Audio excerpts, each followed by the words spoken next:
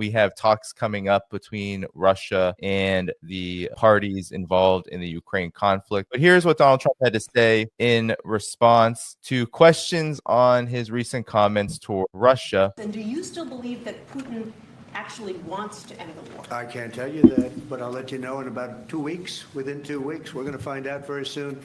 We're going to find out whether or not he's tapping us along or not. And if he is, we'll respond a little bit differently, but it'll take about a week and a half, 2 weeks. You know, what is your reaction to all of this? Because on the one hand, we have Donald Trump and those in the Trump administration making comments like this, and then on the other, talks and also escalations in this conflict that are quite significant. Well, first of all, I've never heard the expression tapping us along. I've heard stringing us along. So, you know, I don't know if Trump is just inventing a new term, but what it shows is, you know, there are only two possibilities in all of this. Either Trump's staff is giving him the mushroom treatment, you know, keeping him in the dark and covering him with manure, not telling him what's actually going on, or he knows what's actually happened and he's lying. There's no gray area here. When Trump came out last Sunday, blasting Putin is crazy for launching all these unjustified missile and drone strikes for no good reason. And that killed lots of civilians. All of that was false. In the 7 days prior to Putin and the Russians launching 548 drones and 83 ballistic missiles, Ukraine had sent around 1,400 drones into Russia. So it's not like Putin got up one morning and says, you know, I feel like bombing me some Ukrainians. No, that's not what happened. And then when you looked at the casualties that were caused by 548 drones and 83 ballistic missiles, at least civilian casualties by Ukraine itself was reported as 30. So either Russia was actually targeting military installations or they're terrible shots. You know, they have terrible marksmanship. The Russians reacted like mature adults. They didn't want to say anything to embarrass Trump.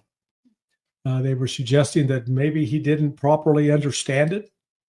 And in fact, he hinted at that when Trump was asked by a reporter about the failed assassination attempt on Putin with helicopters or with drones while he was in a helicopter flying to Kursk.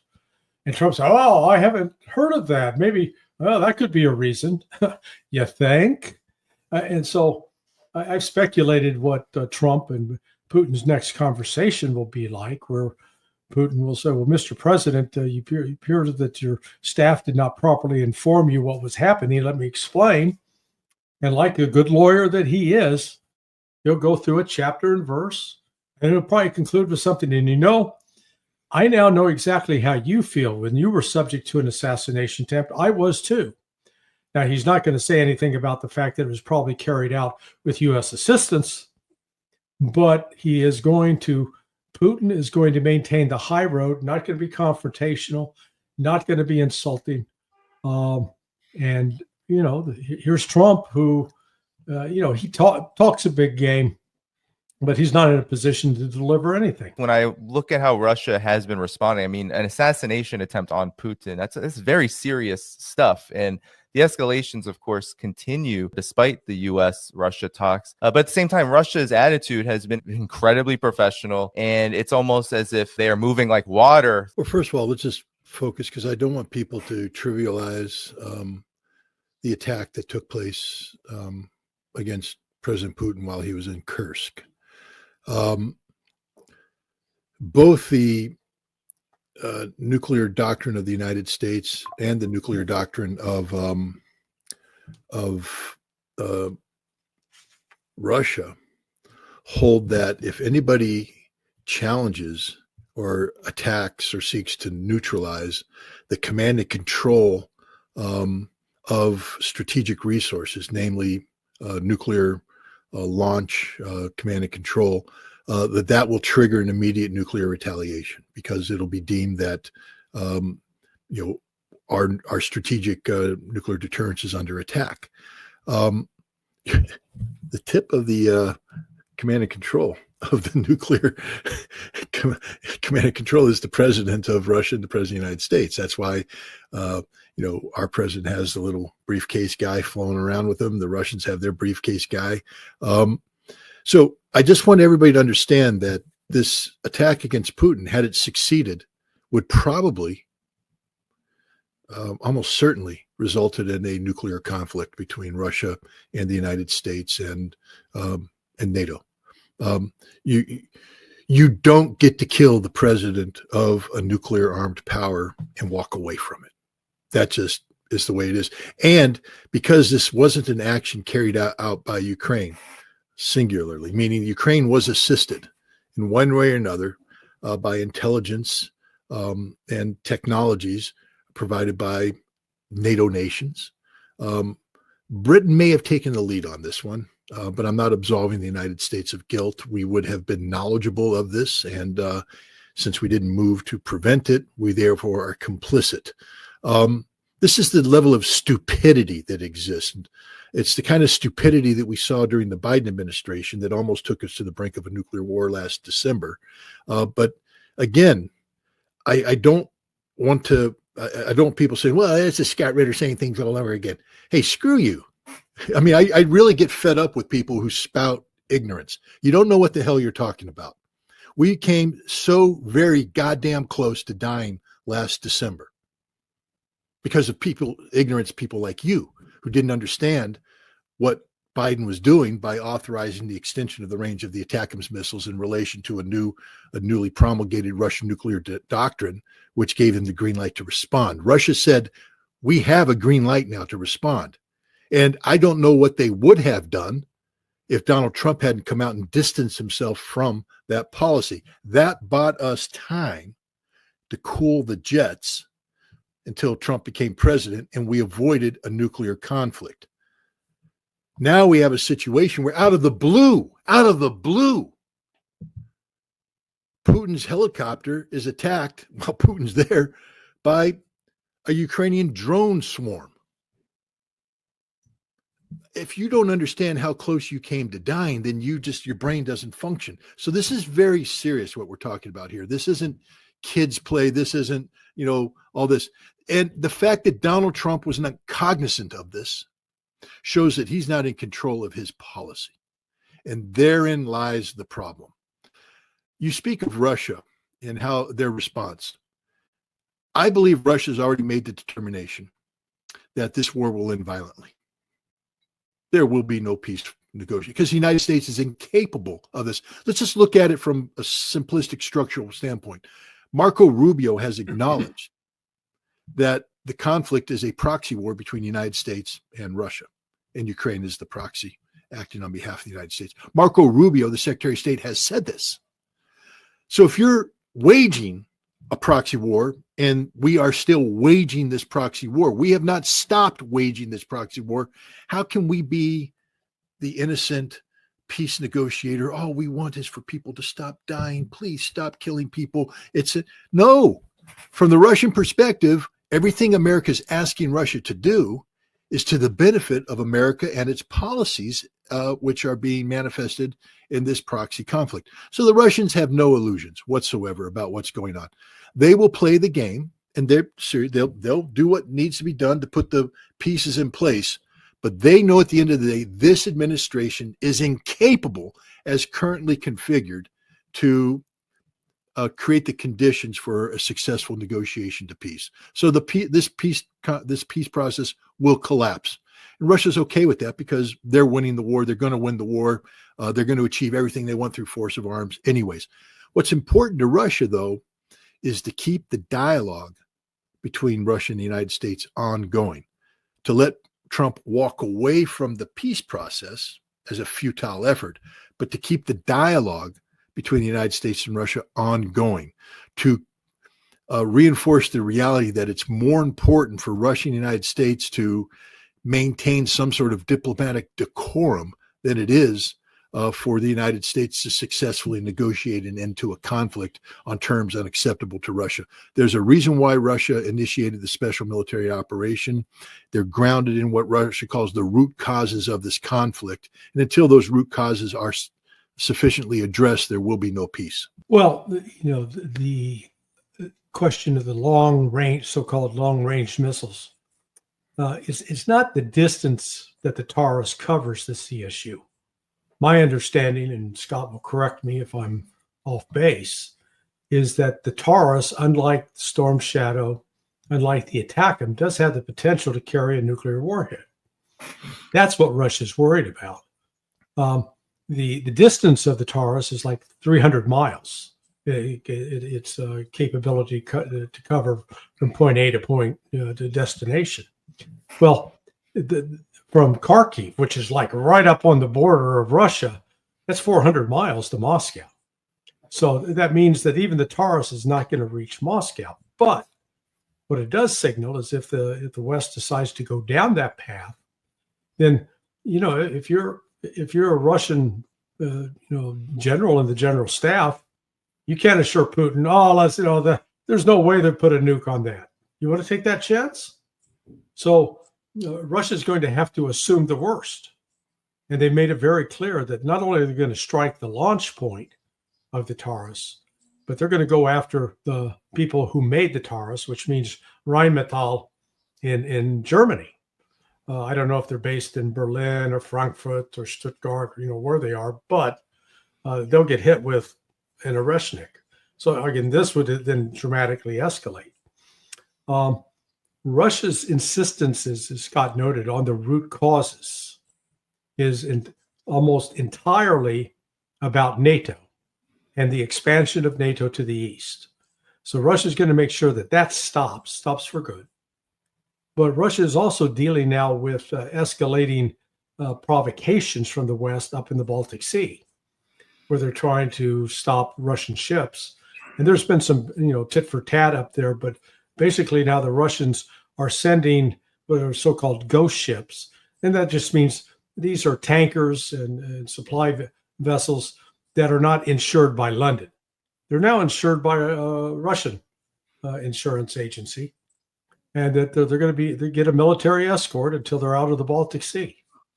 So, this is another flashpoint that's there. But I think, Russia's come to the decision, and I agree with Scott, that they're going to go through they're not just going through the motions with these attempts to negotiate, but they're not going in blind, and they're not going in saying, "Oh my God, we got to negotiate. This is our only way out." Oh, no, heavens no.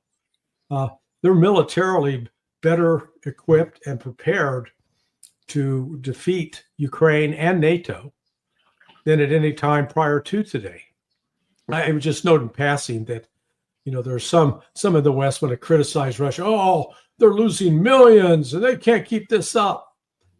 I would simply note that Russia is recruiting right now, on average per month, 40,000 soldiers. The U.S. Department of Defense had its thumbs in its suspenders and was so proud last month because they've reached their recruiting goal for the year, 50,000. So basically, the United States is happy to recruit in 1 month or in 1 year what Russia does in 1 month. I mean, it just shows you the delusional state of this entire matter. You had asked the question about the Taurus, and because my brain is fried, I just forgot to answer the question. On the Taurus, there's some political aspect to this as well, and I think the media has gotten the story completely wrong. I don't believe there are any Taurus missiles being sent to Ukraine. I know people have said, 150 were secretly sent. Zelensky's whispering, Merz is whispering, and all this. Boris Pistorius is the Minister of Defense of Germany. He was the Minister of Defense under Scholz too, but because Merz had to reconstitute a coalition government that incorporates elements of the previous government, I believe Pistorius carried over. But in the interim between the election and Merz becoming chancellor, Merz was out there saying things about, I'm going to green light Taurus. Taurus is going to be flowing. I'm going to make all this happen. And Pistorius came out and said, nah, that just isn't going to happen. And he said something interesting. He said, there are reasons why we didn't send tourists in the previous government. And these reasons still hold today, and we will never send tourists in the next government. This is a definitive statement by the Minister of Defense. And the reason, I believe, is quite clear, even though it's been unspoken by all parties, is that when Germany was talking about sending tourists, the Russians sent a signal that basically said that the tourist is a red line, and if the tourist arrives in Ukraine, that Germany will be targeted, and that the decision has been made, the targets have been selected, and all they need is for the Germans to hit the play button. That there will be no debate, no discussion, no warning. It just will happen. And then this was further reinforced by the Russian use of the Oreshnik against the Dnipro facility in Ukraine. That attack, I believe, was linked to the threats given to Germany, signaling that Russia had the capacity to strike Germany in a way that nobody could intercept, and that the destruction of German facilities would be inevitable. And this is what Pistorius meant when it's not going to happen.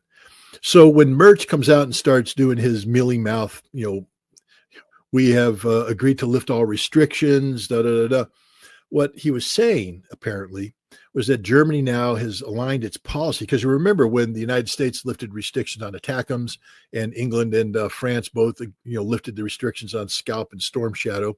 The Germans said we're not agreeing to this. What he's saying now is that our policy now conforms with the policy of our allies back in the fall of 2024.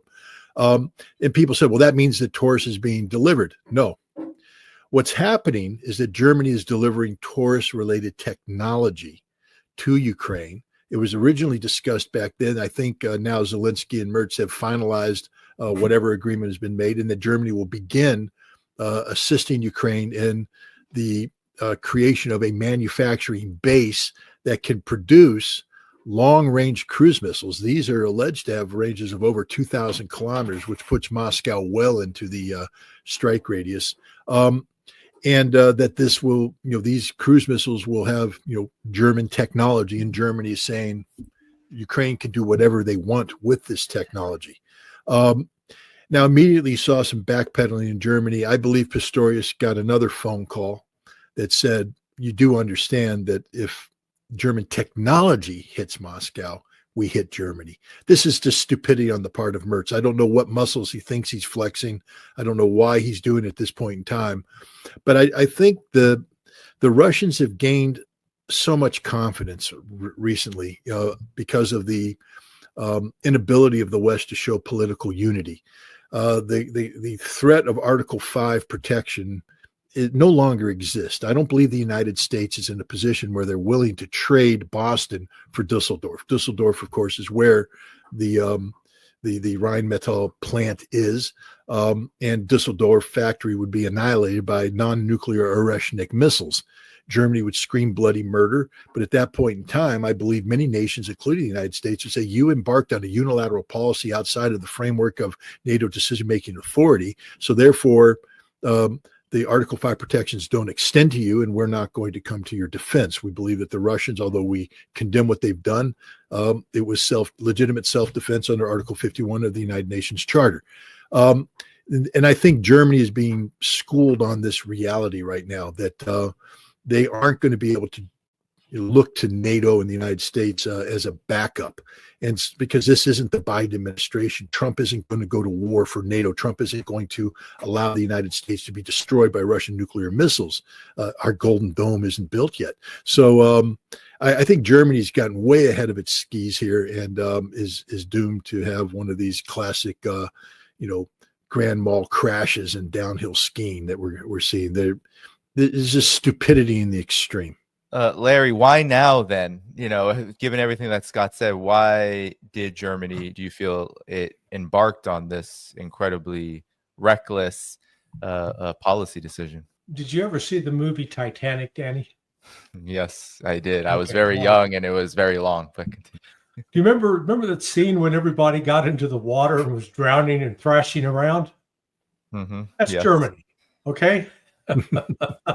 They realized the ship is sinking, and the desperation that seized not just Germany, but all of Europe, and to an extent, some of the neocon class here in Washington.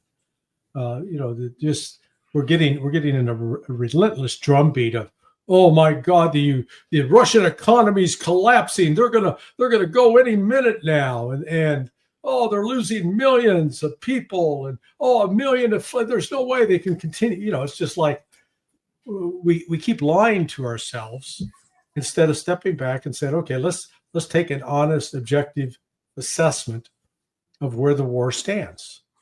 And the Russia's pace of operations, ops tempo, has accelerated, not decelerated. Their capture of territory has accelerated, not decelerated. The capability of the Ukrainians to stop Russian advances is nil. Now, there are certain areas where they're putting up a pretty stout defense. But again, that's going to collapse because the Russians are smartly not hitting them head on with mass wave meat assaults. They are working around the periphery. They're creating what they know are called cauldrons, basically trying to encircle, but wisely always leaving sort of an escape path out. But they are not taking on these settlements head on to create their own casualties, but they're still inflicting incredible casualties on the Ukrainians. That it's gone up dramatically compared to, say, the prior year. So in response to this, the West is trying to figure out what to do. And I think, here's Trump trying to figure, how to bail out of this crashing plane. And Trump is actually caught a bit in the middle, because when you look at the members of Congress that are the most vocal proponents of aid to Ukraine and of inflicting economic sanctions on Russia, those same senators and members of the House, I know from an investigation that's underway, have received millions of dollars from the Ukrainians. One of the most prominent Republican senators in this regard, he's gotten $17.3 million. A very prominent Democrat, I was told, he's gotten like $23 million. So this is actually now under active investigation. Yet the Trump White House is threatened with a bipartisan bill of 81 senators with bone-crushing sanctions. And so no matter what Trump does, he still faces the prospect that these bought and paid for politicians are still going to try to sandbag him. So, and at the same time, and this spills over into the whole question of Gaza and Iran, if Trump does anything that alienates the AIPAC crowd, again, he needs votes to get his big, beautiful bill done. And if they start saying, hey, we're not going to support your big, beautiful bill if you're going to go off on these foreign policy larks that are going to undermine American interests. So it's pretty complicated.